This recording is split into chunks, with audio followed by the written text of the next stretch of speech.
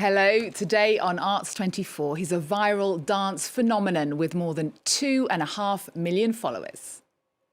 The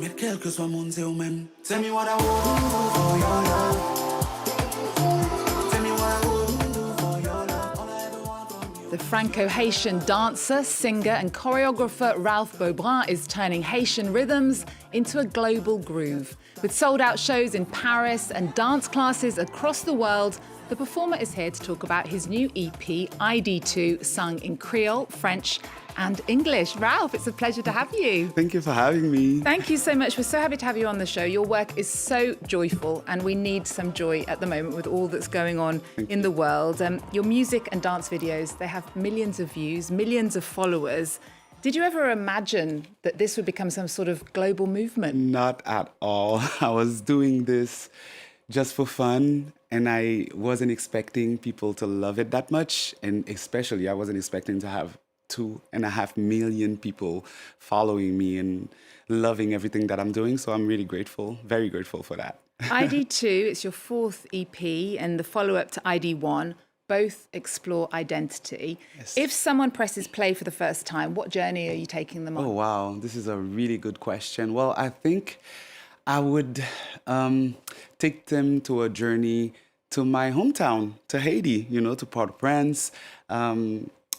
Yes, and I sing in 3 languages, which is maybe different from what people are used to listen to. So, and a lot of dancing, a lot of grooving. So if you wanna maybe have something and want to dance or have a good time, go listen to my EPs. How do you decide which language a song should be in then? It depends on the melody, because sometimes some words can sound better in Creole, so it would be Creole. Some in French. If I want to do something poetic, if I want to say something poetic, would be French. And English is the universal language. So, yeah, it depends on the melody, I would say. On the track, Tisurit, you revive a traditional Haitian song so old that no one quite knows where it comes from. Let's take a listen. Listen, come to check me, won't be so far, hey brother, come check on this bit. In my body, m'sentil comme ça, ma cosa, they gonna say, echo, where, echoes on them when I hit that echo, where, echo, where.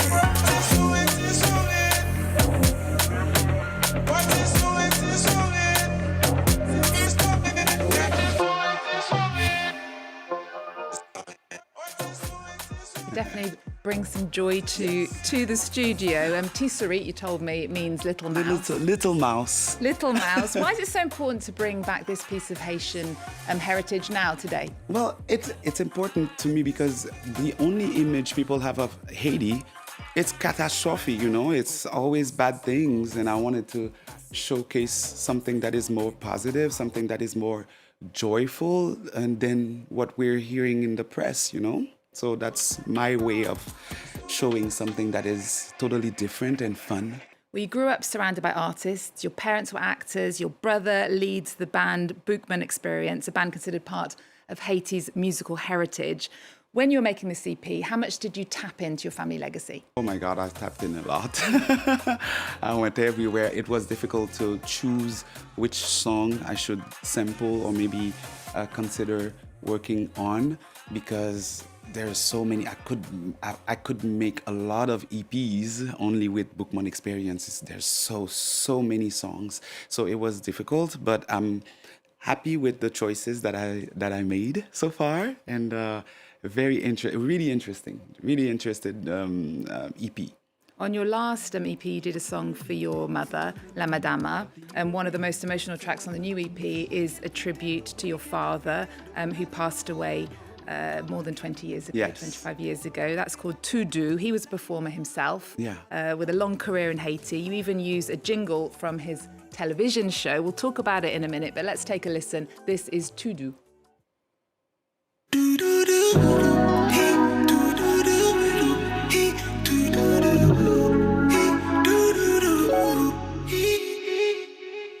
Shawty, it's a thing for me. I be craving, I love you. Can't imagine what I want to do. So you got me all the way. Got this motorbike for you. Imagine what you gonna do. Never like my shit. I don't know what you did, don't know what you did, don't know what you did. J'aime bien ça, comme ça, bébé. Juste comme ça, bébé. I don't know what you did, don't know what you did, don't know what you did. Ce que tu fais, j'aime comme ça, bébé. That track is called To Do. What does it mean to you, Ralph, to transform your memories of your dad into music? It was really emotional. It was really emotional, and my dad is always with me. I have his spirit every single day with me. So when I sampled his song, I didn't wanna write about him. I wanted to tribute him in another way. So by taking the jingle and the lyrics, nothing to do with my father.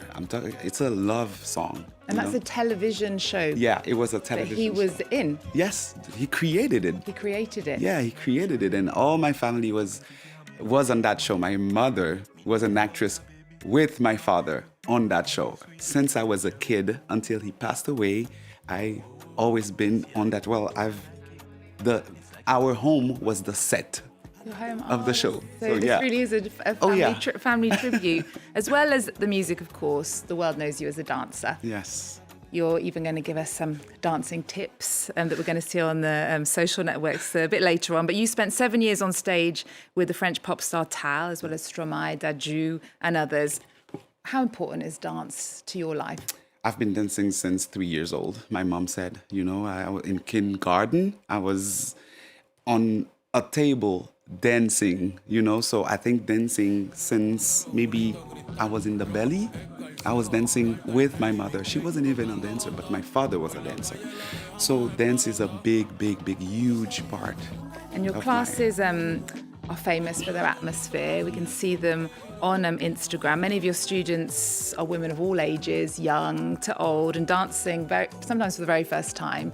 Some of them have actually said that your dance classes should be reimbursed by the Social Security because they're so life-changing. Yes. What do you think it is in that room that women are connecting with, and people, but mostly women, are connecting with so much? I think it's positivity. There's no judgment, and the simplicity of the choreographies, and this is a moment for them. Women maybe tend to forget themselves after having kids, and they put themselves aside for their kids, for their husband, and this is the moment for them. So I think they've been longing that maybe, and they awake something. Yes, that's been asleep. Well, I'm saying what they're saying to me, actually. And what's quite extraordinary is you actually studied mathematical engineering. Yes. Before becoming a full-time artist. Was there a specific moment that you had to leave that life behind? Oh, yes. I remember 2011. I was working as a computer science engineer. I was behind that computer, and I said, that is enough. So I quit my job. I went to LA for 3 months, danced my beep off. Right. Yes, I took a lot of dance classes and came back to France. And it was hard at first. And then somebody gave my number to someone that was looking for a dancer for the pop artist Tal. And that's how I started in 2012. It's not easy to do that in France, is it? Because they like you to be one thing in particular, Yes. especially if you're something like an engineer, because you have to Yes. study a long time to do it. So when people meet you here for the first time, dancer, singer, actor, engineer, what do they make of you? I struggled a lot with that, and I'm still struggling in that. And I'm so happy to be here and talk about my music and not the dancing. Of course, the dancing is a part of me, but I struggled for years about that because people in France, they don't like people that are doing a lot of things.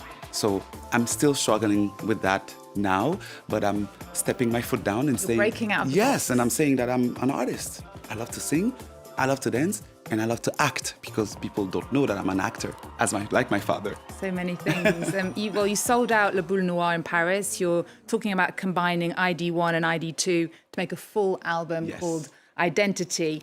What does the next chapter look like for Ralph? Because you have just come back from South America. You're all going around to Europe. You live in Malaga. You live in Paris. What's next? There's so much things coming. Maybe becoming a father.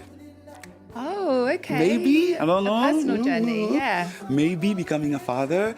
And yes, I still have things to do. I still have music to put out. I still have albums to put out. I still want to go on tour. I would love to go on tour for my music. I'm going on tour now for my dancing, but I would love to go on tour for my music. So this is, I think, in a couple of years, yeah, this is what I'm crossing my fingers for. Well, we're going to be there in the audience. And we always end our shows with our guests' cultural pick of the moment. And what have you chosen for us? Oh, Naika. I've been listening to Naika a lot.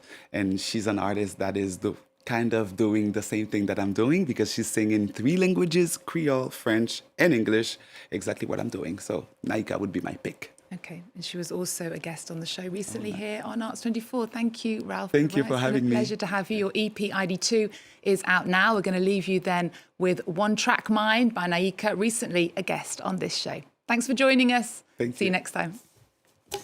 That boy is a one-track mind. He's a one-track mind. That boy is a one-track mind.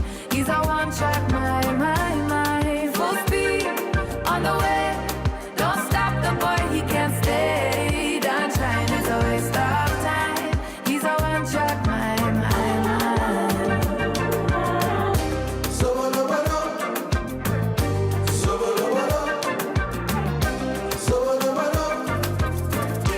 I'm gonna take myself out tonight.